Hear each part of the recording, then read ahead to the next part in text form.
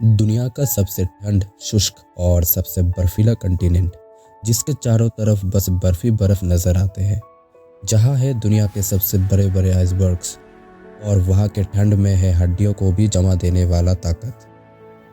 तो अब तक आप लोगों को पता चल ही गया होगा कि हम किस जगह के बारे में बात कर रहे हैं। तो हम बात कर रहे हैं दुनिया का साउदर्न मोस्ट कंटिनेंट एंटार्क्टिका के बारे में, जहाँ इतना बर्फ है कि चारों तरफ बस सफ़ेद ही सफ़ेद नज़र आते हैं और जिसकी वजह से इसे वाइट कंटिनेंट भी कहा जाता है। एंटार्क्टिका आकार में लगभग 14.2 मिलियन वर्ग किलोमीटर है और ये दुनिया का 5th लार्जेस्ट कंटिनेंट है। एंटार्क्टिका में औसत वार्षिक तापमान स्थान के आधार पर भिन्न होता है। जैसे एंटार्क्टिका का आंतरिक भाग बेहद ही ठंड है, जहां औसत तापमान लगभग -43.5 डिग्री सेल्सियस है। हालांकि तटीय क्षेत्र थोड़ा गर्म है, जहां औसत तापमान -10 डिग्री सेल्सियस से -30 डिग्री सेल्सियस तक है। पर एंटार्क्टिका का सबसे लोएस्ट टेम्परेचर रिकॉर्ड किया गया था जुलाई 21, 1983 में वोस्टक रिसर्च स्टेशन में, और जो था -89.2 डिग्री सेल्सियस।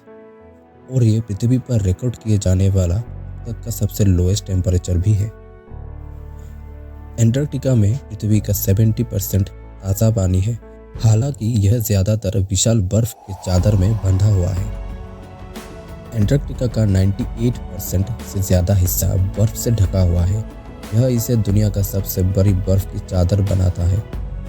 अनुमान है कि एंटार्क्टिका में दुनिया के लगभग 90% बर्फ है, और अगर ये सब पिघल जाए तो समुद्र का स्तर लगभग 60 मीटर तक बढ़ जाएगा, और जिसकी वजह से समुद्र के किनारे स्थित बड़े बड़े शहर पानी में समा जाएंगे।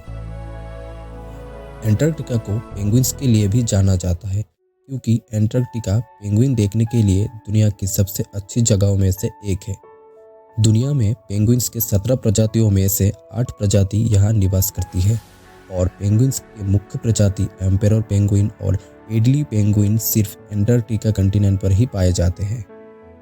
पेंगुइन्स के अलावा भिन्न प्रजातियों के व्हेल्स और सील्स भी यहाँ का प्रसिद्ध जीव है, और यहाँ पोलर बेयर्स नहीं पाए जाते।